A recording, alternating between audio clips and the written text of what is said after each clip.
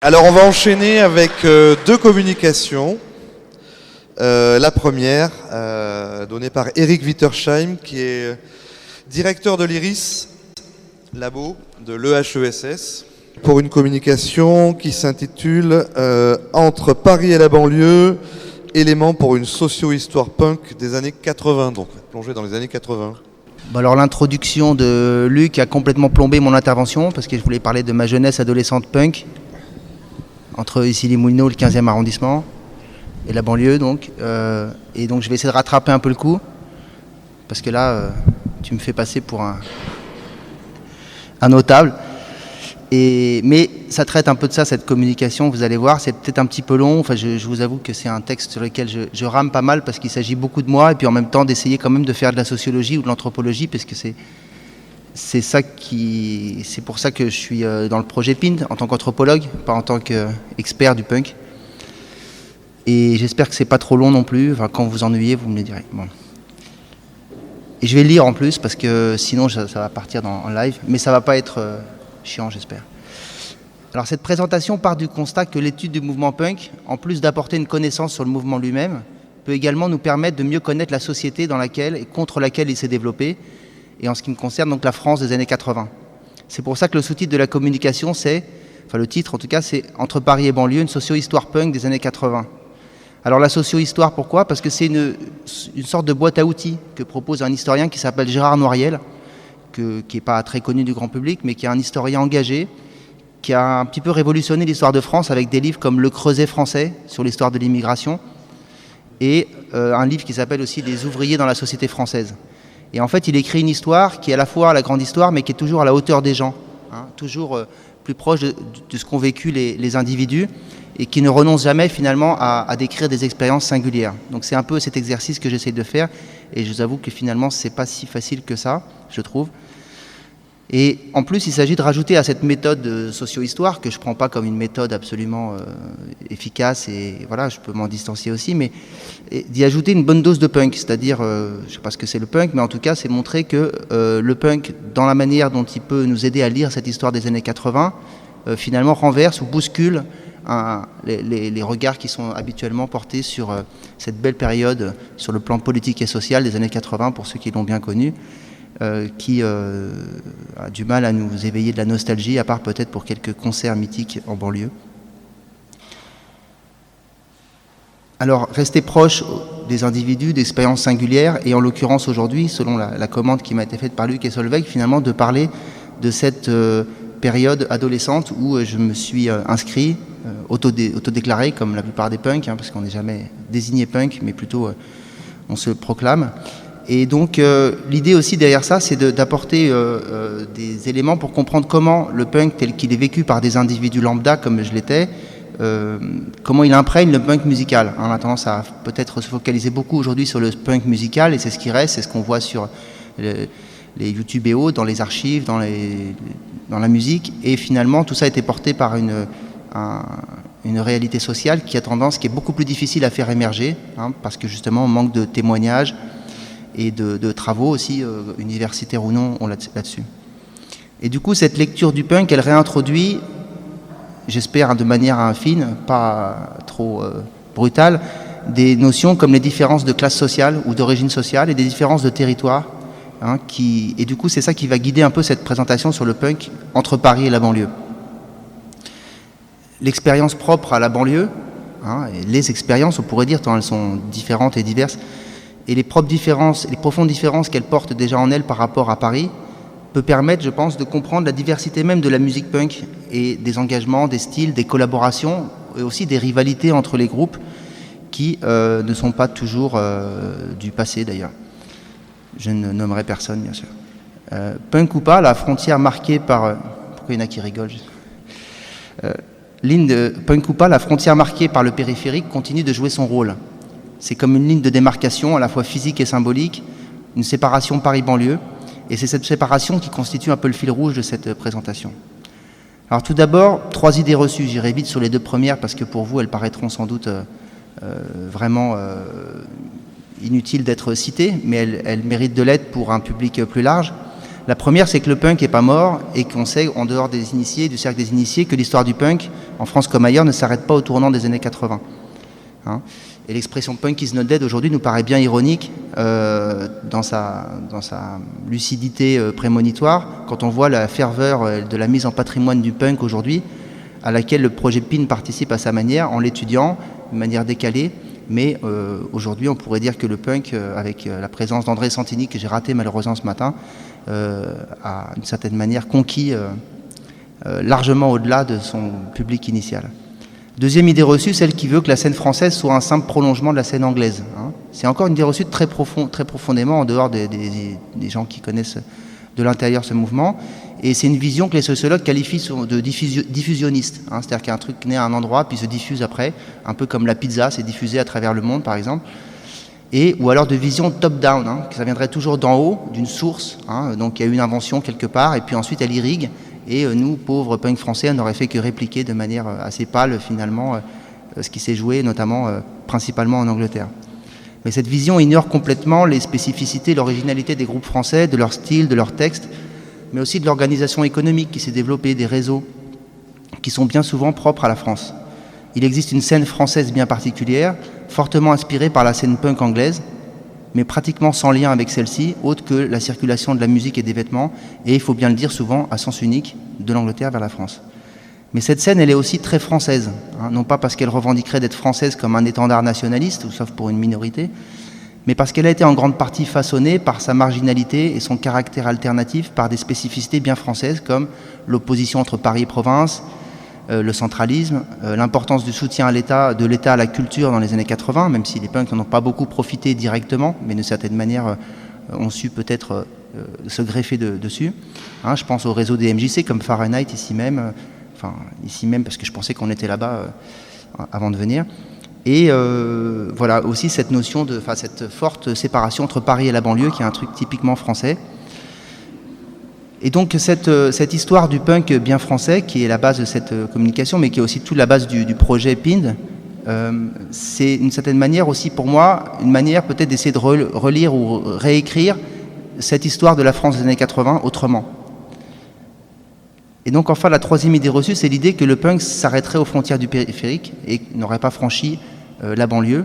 Évidemment ça fait sourire plein de gens ici, mais je pense que c'est là-dessus que si on écrit en tant que chercheur par exemple, on peut dire des choses justement pour faire émerger, au-delà des groupes connus qui sont restés, etc., toute une réalité qui non seulement était très très active, mais surtout a nourri le punk tel qu'il s'est ensuite inscrit dans l'histoire de la musique et des phénomènes populaires, on va dire, des contemporains.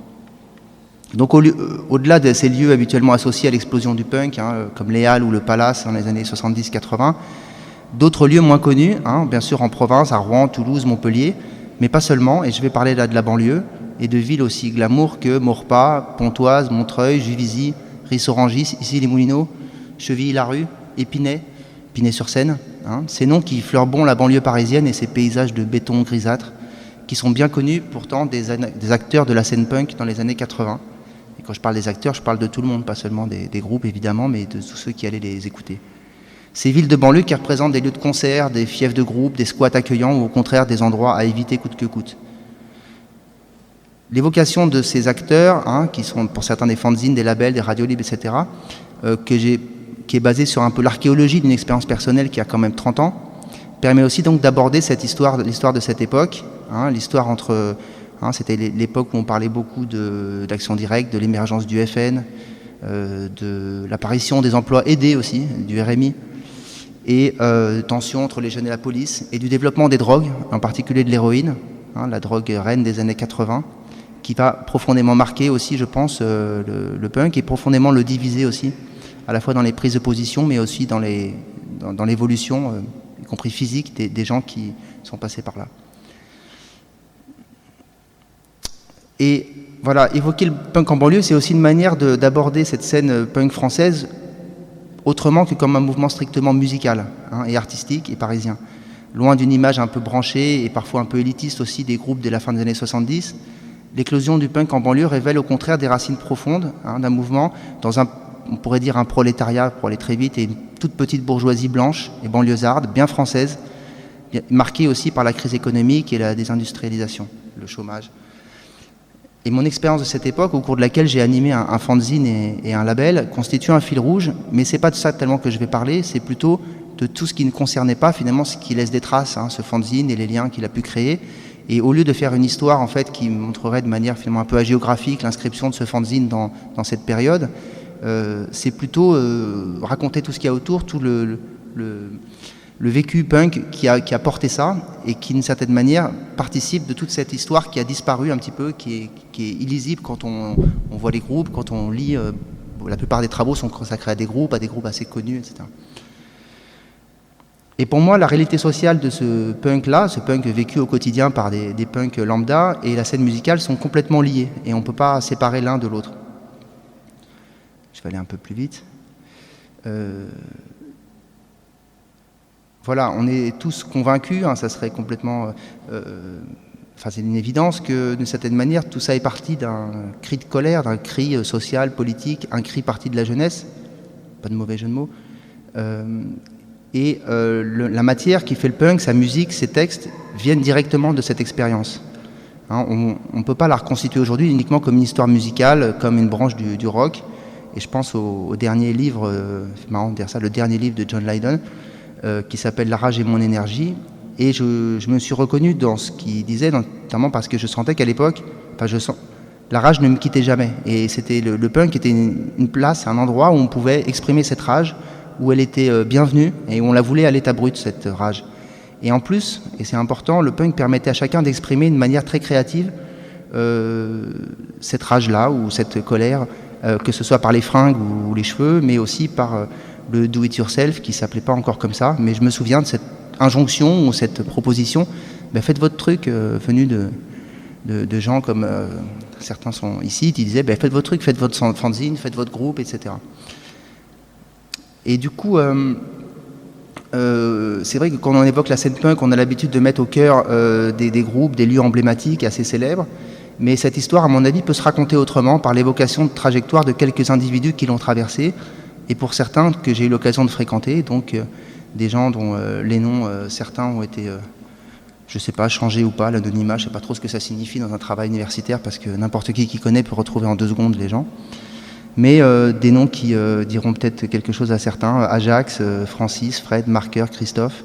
Aucun de ces punks-là n'appartenait à un milieu intellectuel parisien, ni ne fréquentait des milieux artistiques. Leur enfance, leur quotidien, leur famille, leur horizon, tout les liait à la banlieue, même s'ils occupaient des positions sociales assez variées quand même. Alors le punk est généralement considéré comme à la marge, ça va de soi, mais je pense qu'il faut aller à la marge de la marge en fait. C'est-à-dire dans l'expérience banale et anonyme, comme les historiens, les anthropologues qui racontent le monde par le bas, par le quotidien, par des individus lambda, et qui produisent une autre manière de raconter le monde qu'ils qualifient de populaire en fait. Je reviens à ces punks de banlieue que je fréquentais. Nous traînions ensemble, mais nos lieux de vie nous séparaient. Paris et la banlieue ne sont pas séparés que physiquement par la distance et par le périphérique, qui n'a fait que prendre la place de la zone pour encore mieux séparer la capitale des banlieues, généralement plus pauvres, et accentuant ainsi un déséquilibre économique, social et culturel. Une autre forme de distance existait aussi. Elle était alors assez peu visible, elle était écrasée, gommée par le punk, c'est des différences d'origine sociale. J'ai pas croisé ces individus tout seul, j'étais plus souvent accompagné de 2-3 amis qui habitaient comme moi dans le 15e arrondissement, Renaud, Anne, David, une petite bande avec qui je vivais littéralement au collège, mais le plus souvent en dehors, traînant de jour comme de nuit dans le quartier, sur les rails de la petite ceinture ou dans les catacombes. Donc cette histoire est marquée quand même par des différences de classe et de trajectoire, même si nous partagions beaucoup. Cette période intense aussi, je dois dire, s'est arrêtée aussi brusquement qu'elle avait commencé, remplacée par une autre forme d'engagement, avec le soutien à la lutte pour les Kanaks, à peu près au moment où certains groupes, qui comptaient beaucoup pour moi et pour ma formation, se sont séparés, sentant que quelque chose leur échappait et se diluait avec le succès grandissant de cette scène. Cette histoire a été suspendue plus qu'arrêtée, et je dois dire que j'en reprends, mais il faudrait que je me dépêche un peu, sinon je ne vais pas encore rentrer dedans, que ça sera fini. J'en reprends le fil aujourd'hui à l'endroit même où elle a commencé, puisque j'ai grandi une partie de mon enfance à Issy-les-Moulineaux, à Corentin-Selton, et que j'allais, avant que ce soit Fahrenheit, à la MJC, d'où on nous foutait dehors à 7h du soir quand les parents n'étaient pas encore arrivés pour nous chercher. Et donc c'est là que j'ai commencé à traîner, bien avant l'âge où les punks traînent. Et voilà, parler du punk, je savais, ça m'obligerait à parler de moi. C'est pour ça que j'ai encore jamais parlé dans le projet PIND, et parler d'une période finalement personnelle, et d'une certaine manière faire ce grand écart entre un travail de chercheur qui est basé non pas sur une enquête, mais sur la résurgence de souvenirs personnels. J'ai quitté le quartier ici en 1980. À l'époque, c'était pas une ville gentrifiée, c'était une ville bien popue. On habitait un foyer de jeunes fonctionnaires au bout de la rue. Il y avait des petites baraques un peu ghetto partout. Mon école qui a été rasée pour construire derrière l'hôpital à côté. Et j'y suis retourné des années plus tard, mais seulement finalement 4-5 ans plus tard, mais ce qui paraissait beaucoup plus long, pour aller à des concerts à Fahrenheit. Et notamment, je me souviens de concerts d'OTH et des Tugs ici, il y en a avoir pas mal d'autres. Et cette banlieue n'était pas encore gentrifiée, ça c'est sûr. Ces allers-retours, on pourrait dire, entre le 15e arrondissement et la banlieue, où nous allions presque tous les week-ends, donc dans toutes ces autres villes que j'ai citées, Maurepas, Pontoise, etc., grâce au hasard de la programmation. On allait tous les week-ends pogoter, boire de la Valstar aussi, rouge ou verte, dans des salles ou des festivals en plein air, forme aujourd'hui l'essentiel de ce que j'ai envie de raconter, plutôt que le fanzine, finalement, qui m'apparaît une manière finalement d'autoglorifier une activité qui n'était que la partie visible finalement de l'iceberg que représentait cette période.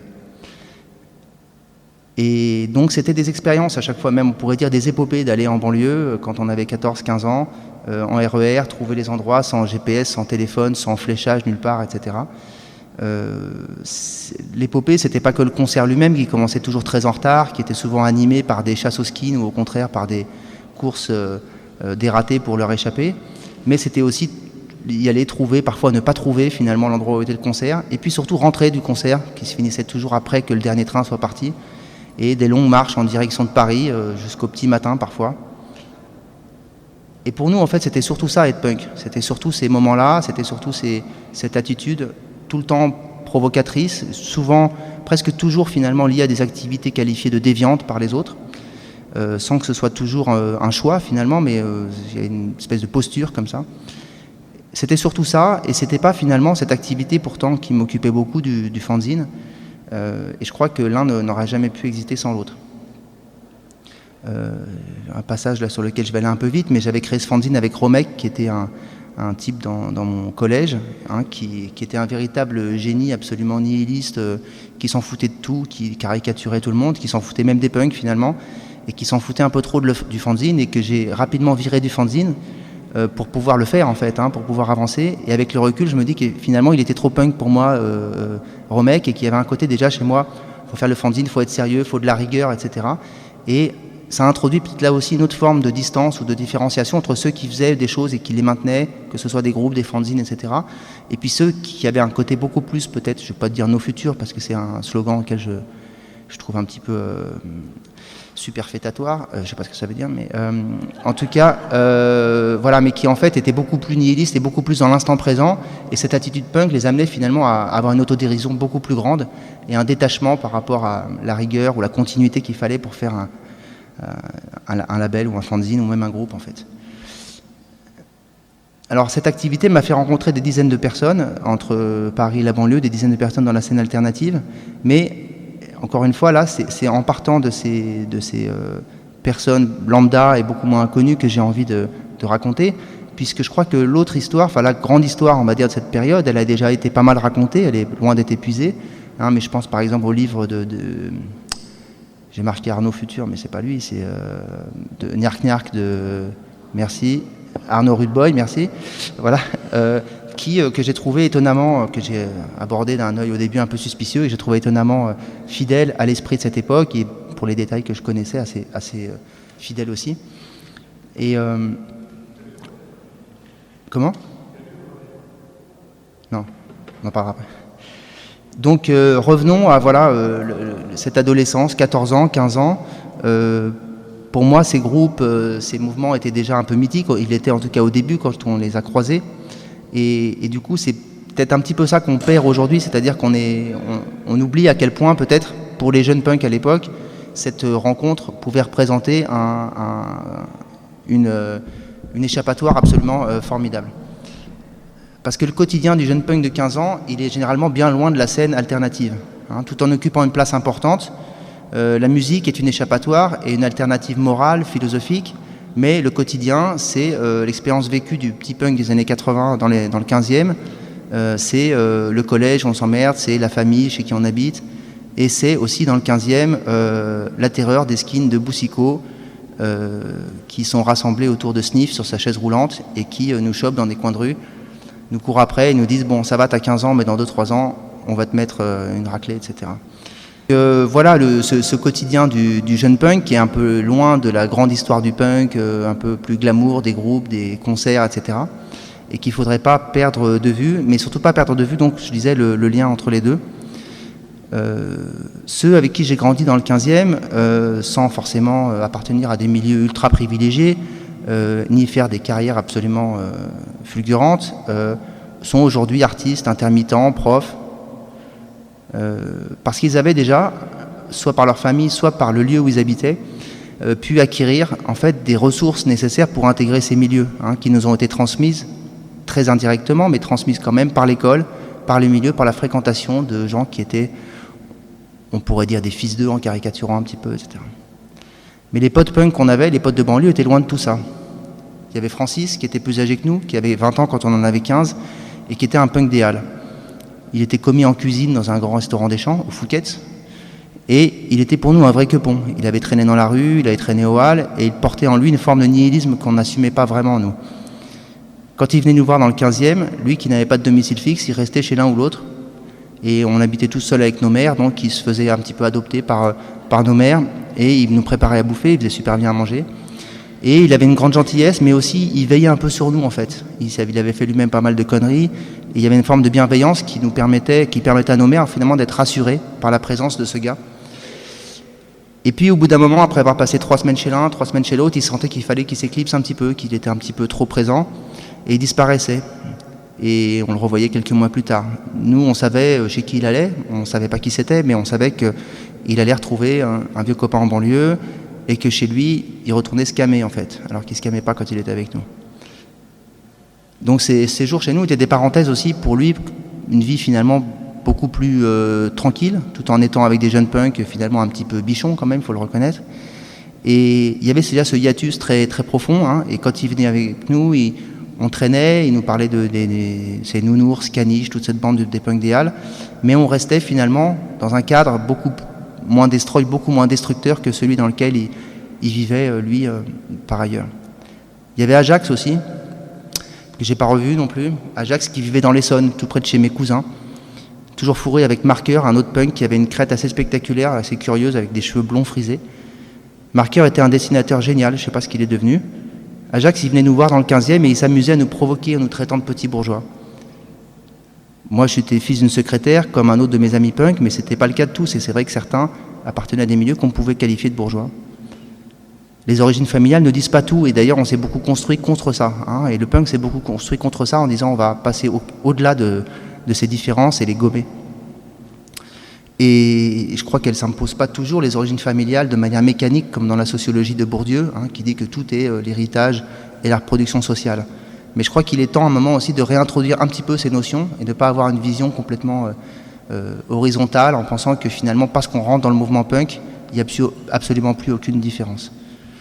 Parce que ces différences, elles réapparaissent plus tard, au moment de la sélection par l'école ou dans l'insertion professionnelle. C'est pas toujours qu'on a des parents très huppés, mais ceux qui réussissent le mieux scolairement, c'est les parents profs, par exemple, les enfants de profs. Voilà, la transmission d'un héritage qui peut être un héritage économique, mais qui peut être un héritage social. Il y a des gens qui, simplement par les amitiés des parents aussi, trouvent facilement des stages, des plans, etc. Ce qui n'était pas le cas du tout pour ces punks de banlieue. Ajax, lui, voyait de manière très claire que la plupart des gars et des filles de notre bande appartenaient à des milieux donc privilégiés. Et pour eux, la plupart, c'était une passade rigolote et finalement qui allait bien avec l'adolescence. Et il avait raison, Ajax, en disant ça. Mais ça me gênait et j'aimais pas trop mettre ça en avant.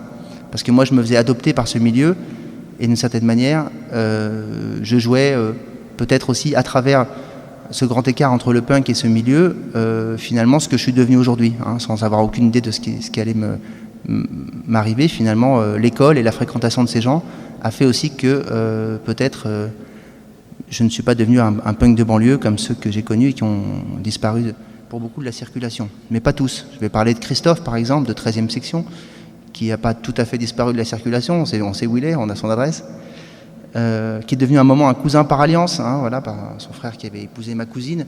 Et donc il y avait cet ancrage essonien, voilà, qui m'amenait à aller à Sainte-Geneviève-des-Bois, à Juvisy, etc. dans des endroits absolument merveilleux. Et où on était très loin de la scène parisienne, très loin des groupes de la capitale. J'espérais bien que Marsu ne serait pas content que je dis ça, mais voilà. Mais en tout cas, avec le recul, ouais, je me dis quand même, il y a un peu de différence quand même. Il pouvait y avoir des rapports entre eux, des amitiés entre eux, ça c'est sûr, mais un milieu beaucoup moins artistique, peut-être moins sérieux, en tout cas beaucoup plus nihiliste et destroy, et surtout une musique et un style très marqué par la banlieue où ils vivaient, et où se dégageait parfois une certaine méfiance ou une certaine ironie vis-à-vis des élites, et y compris, on pourrait dire, des élites du punk, hein, tout en avec des grosses guillemets. En tout cas, un esprit de dérision vis-à-vis des groupes parisiens qui se prenaient parfois trop au sérieux. Et moi, je veux dire que je me prenais beaucoup au sérieux à l'époque. Il y avait Fred aussi, des Cafards, hein, qui était aussi un autre grand frère punk plus âgé, qui m'a beaucoup aidé pour mon fanzine, et alors que moi, je donnais toutes mes économies aux Cafards pour coproduire faire le pressage du disque Vive les vacances. Alors son regard un peu ironique sur les punks parisiens, qui se prenaient au sérieux, la réputation qu'il traînait depuis le jour où une bande de skins est venue dans un concert, elle a cassé la gueule à tout le monde, sauf à eux, parce qu'ils les connaissaient de leur quartier d'Épinay, ce qui leur a valu une réputation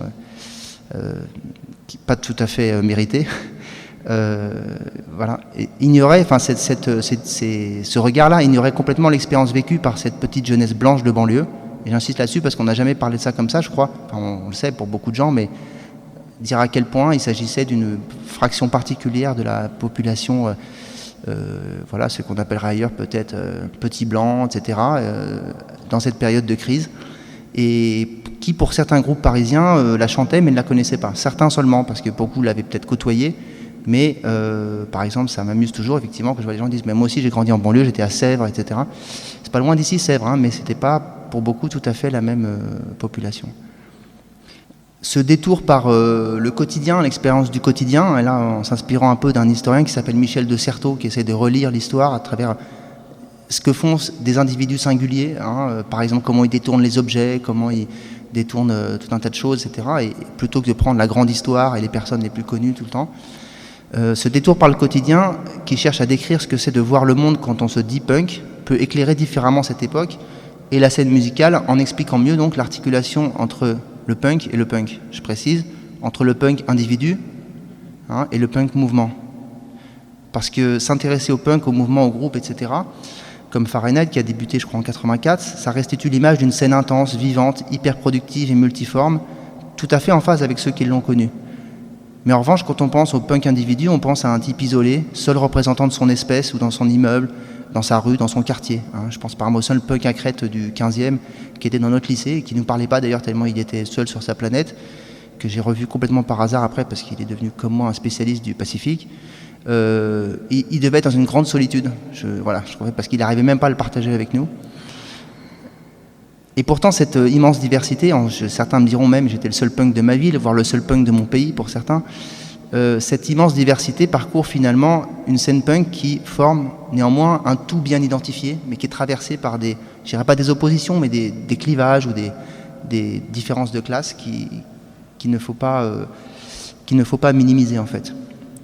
Moi qui ai vécu ici à Issy avant de vivre dans le 15e, je mesurais sans trop le reconnaître donc ce gouffre social qui séparait les uns et les autres.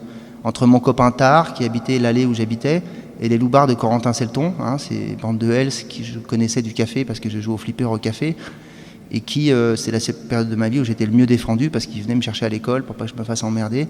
C'était un peu disproportionné. Cette banlieue-là, elle a disparu, ce ici-là a disparu. Mais quand je suis passé dans le 15e arrondissement avec ces commerçants, cette petite bourgeoisie bien catholique, etc. du 15e et RPR à l'époque, il y avait un fossé immense. Hein. Il n'y avait que 3 km qui nous séparaient, mais une distance sociale beaucoup plus grande. Comme j'étais donc du coup adopté dans ce quartier par ces jeunes et que j'ai trouvé une place de choix grâce à la réputation que me procurait le fait d'être punk et d'avoir un fanzine, je me voilais la face quant à ces différences de classe qui existaient entre nous. Les mettre sur le devant m'aurait éloigné des copains du quartier, punk ou non, et du chemin sur lequel j'étais engagé, rebelle certes, mais dans le système, s'accrochant à l'école pour finalement être capable d'en faire quelque chose plus tard avec des études d'ethnologie. Je cherchais plutôt à relier coûte que coûte, tel un chaînon manquant, la banlieue et Paris, à établir un pont par-dessus la zone en réduisant la distance physique et sociale. Quand on se déplace de la banlieue vers un quartier bourgeois de Paris, on cherche à retrouver donc les repères, les gens qui zonent, ceux qui dealent, la petite ceinture désaffectée, les catacombes. Les différences sociales entre nous n'apparaissaient guère gêner nos amitiés fondées sur l'idée de liberté, d'échapper aux parents, à l'école, et vite attirées par les activités déviantes. De nombreux punks, dans des lieux, des époques différentes, ont vécu des expériences proches. Mais on peut dire que beaucoup de choses les ont séparés par la suite. Beaucoup de ceux qui sont restés dans la musique ou qui viennent au colloque PIND ont déjà réfléchi à ces différences sociales et territoriales dont je parle, et mieux que moi. Elles étaient déjà présentes et visibles à l'époque dans le paysage des groupes de la scène alternative. Opposition de style musical, d'engagement, des manières contrastées aussi de voir le punk, soit comme un outil de lutte, soit comme une provocation, avec sérieux, avec dérision. Les oppositions politiques, les accusations de faf ou les accusations d'ambiguïté m'apparaissent aujourd'hui refléter en partie ces différences de classe. Il m'a fallu longtemps pour comprendre par exemple les groupes qui jouaient à la fois pour les punks et les skins, il m'a fallu très longtemps même, considérant qu'ils faisaient finalement tous partie d'un même monde, issus de la même zone et finalement frères de la rue, comme le chante un groupe que vous connaissez, mais aussi comme l'écrit aujourd'hui un sociologue qui s'appelle Jérôme Bochez. Je ne parle pas de l'autre qui est connu, mais Jérôme Bochez est moins connu et qui écrit un très bel article qui s'appelle « La rue comme héroïne », en jouant sur le double sens d'héroïne, punk et skinhead dans les années 80, et qui montre à quel point, malgré toutes les différences et les oppositions qu'on peut, et parfois légitimement, mettre en avant, il y a un destin commun, en fait, je prends cette expression de destin commun de la Nouvelle-Calédonie, entre ces communautés de gens. Cette période intense, donc, s'est arrêtée aussi brusquement qu'elle avait commencé, je l'ai dit, remplacée par un autre engagement. J'ai essayé de fuir un peu la géographie, la glorification de cette période et de mon expérience, même si je pense qu'on n'y arrive jamais tout à fait. La nostalgie, elle existe, mais elle est toujours accompagnée d'une volonté de comprendre et de relire avec honnêteté et une certaine distance cette période. Et c'est pour ça que les sciences sociales, même si elles ont parfois un côté pas très glamour et un côté parfois un peu dénonciateur, parfois un côté chiant et difficile à faire passer, c'est les sciences sociales, pour moi l'anthropologie, mais aussi les disciplines connexes comme la socio et l'histoire, elles aident malgré tout à adopter une vision objective et surtout à désidéaliser une jeunesse punk pour mieux comprendre une époque. Je m'arrêterai là, je veux juste pour finir du coup remercier, mais aussi d'une certaine manière dire que je me reconnais tout à fait dans l'engagement qui a été celui de Solveig et Luc depuis le début, de dialoguer, restituer, partager ce qu'on fait, les recherches qu'on peut faire avec des gens qui ne sont pas chercheurs. C'est quelque chose qui ne va pas de soi pour les chercheurs et qui ne va pas de soi tout court parce que ce n'est pas évident à faire. On prend des risques en faisant ça parce que justement on prend le risque d'être pas compris ou de paraître un peu pédant ou intello, etc. Mais je crois que c'est le but de la science, c'est de pouvoir faire avancer des choses et en tout cas du coup de le partager. Et je crois que surtout pour avancer, elle a besoin, là en l'occurrence, de gens qui connaissent souvent mieux le sujet qu'on étudie que nous-mêmes. Et d'une certaine manière, voilà, c'est aussi pour ça que j'ai mis peut-être aussi longtemps à intervenir dans ces colloques, parce que ça double à la fois c'est à la fois remémorer des choses très personnelles et difficiles à évoquer en public, mais surtout parce que justement ça m'expose vis-à-vis d'un monde auquel je suis attaché par une toute autre histoire et vis-à-vis duquel il m'est encore un peu difficile d'être présenté comme le directeur de l'IRIS, même si c'est la vérité. Merci.